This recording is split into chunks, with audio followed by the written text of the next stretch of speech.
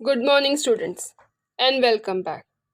Today, we are going to start with a new chapter in EVS 1, that is Substances, Objects, and Energy. In this part of the video, we are going to cover that what are substances and how they are useful, which are the different objects, and even we are going to study about the substances that are present in three states: solid, liquid, and gaseous. So let's see which all points we're going to cover in this video. In your surrounding, you see many substances. These substances are made up of tiny particles. And when these tiny particles are joined together, it makes a substance. Okay? So, these substances are present in a solid, in a hard form. So, we are going to study that what are substances and how they are formed with the tiny particles. Even we are going to see a theory given by Kanad Maharshi theory of pillar. That is, tiny particles are present in universe. So, let's begin with the explanation.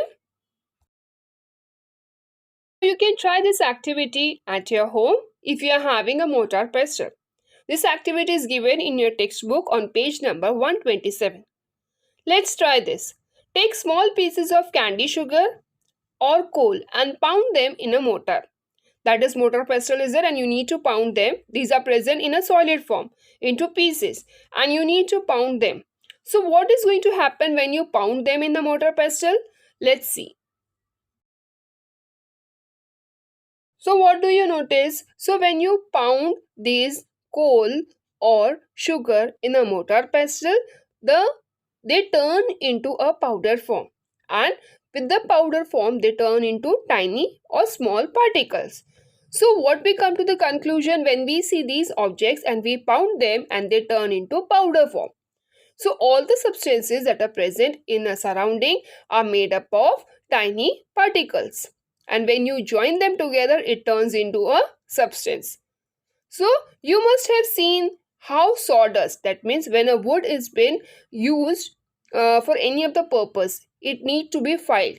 And what happens then with the axe when it is been cut down? So what happens? Its powder, that is a sawdust, is formed, or the particles of wood fly when the wood is cut with the saw. So when we use saw to cut wood, it turns either into a sawdust or a small pieces. Even when we use iron or copper to make it any of the products, such as iron is being used into handles and making grills in the window. So when they are turned into certain shape, they need to be shaped properly and smoothness should be there. To make it smoother, files are being used. And when you crush that or when you file them, the remaining particles that are not required turns into powder form. So what happens if we come to know that even copper and iron are made up of fine particles?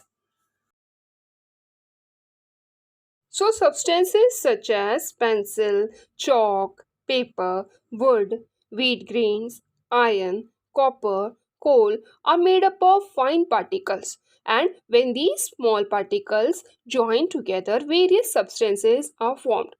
So when these particles are in a tiny state or very fine, we cannot count that how many small tiny particles are formed. It is very difficult to count them. But when these tiny particles are joined together, a substance is formed. And we can see that substance easily. Why? Because it is present in a certain shape. So these tiny particles are so small that they are not visible to our eyes. And sometimes if they are visible, we cannot count them. So lack of particles of any substances must come together to form a particle that can be visible to us and we can see that. So when these small particles are joined together to form a particular particle or a substance, it is visible to our eyes. Without that, we cannot count them and we cannot see these tiny particles easily. Next question is in your textbook on page number 128, use your brain power. So let's see the question what it is. What are the small particles that can be seen in a beam light that enters a dark room? So just imagine if there is a dark room and in a window or a door there is a hole. So with the presence of sunlight, the sunlight is passing through that hole and reaches to the room inside. With that hole, you can see that in that particular sunlight or the light that is falling in the room is having minute dust particles, and they are so light in weight that they float in the air. You cannot touch them. If you try to prick, so they will move here and there, but again they're going to settle in the same way.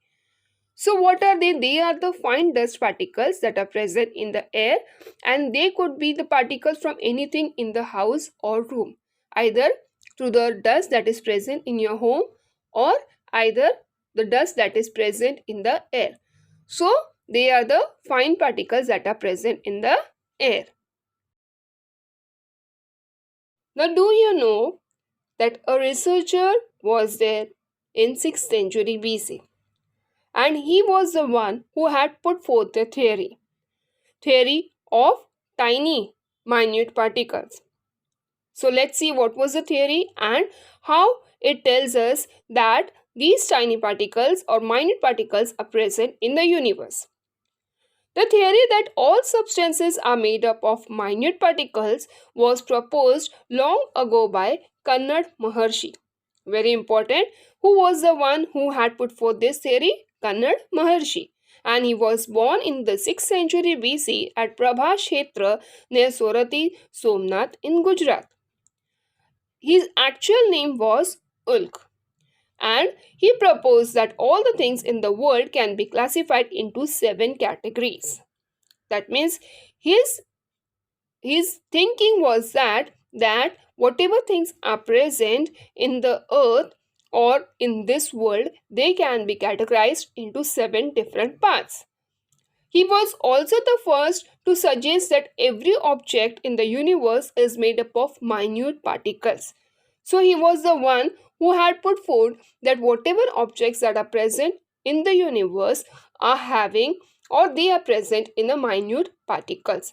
And when they combine together, they form a substance.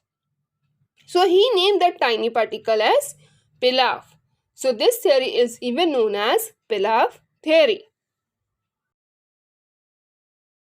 There is one more question in your textbook on page number 128. Can you tell? If there is a sudden shower, we take shelter under a roof at the roadside. Even though the rain does not fall on us directly, we get wet to some extent. So, what is the reason why we get wet? Let's see the reason. The raindrops slow down the roof and fall on the ground. Yes, when the rain is falling, so it falls on the roofs of the houses and after that it falls on the ground. They break into fine droplets when they fall and bounce off the ground.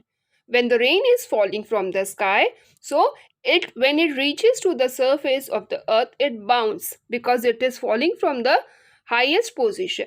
That means it is from the very high position when it is falling from the sky. So when it is coming in force, the droplets that are falling on the surface or that are falling on the ground, that gets break into small other droplets. And what happens then? These droplets makes us wet. So when it is falling on the surface, it spreads. You can try this activity at your home also. When you pour a drop of water or when the water is spilled down with the height, what happens? That water is going to make you wet. Either your clothes or your legs are going to get wet because of the water that is falling from the height. Hence, though the rain does not fall on us directly, but still we get wet to some extent. So that is the reason when these droplets are falling from the height, it breaks into pieces and that spreads here and there in the surrounding. And if you're standing at a certain place where you cannot get wet, but still you are wet because these droplets touches you and you get wet. What we come to know that the raindrops that falls from the sky and falls on the road on the surface bounce off and break into small droplets. These droplets are made up of again tiny particles of water. We know the process of water cycle, that how evaporation takes place and gets collected, and after that the rain is falling. So these evaporation process, when it is taking place, drop by drop the water is getting evaporated. It's not like that the complete surface is getting dried up easily. So drop by drop, when the evaporation takes place and the water gets collected, so in the same way they form drop by drop into the surface. So they make us wet. It means that liquid are also made up of small particles. Up till now we have studied that how solid are formed into fine particles, and when they are joined together, these tiny particles turns into a substance.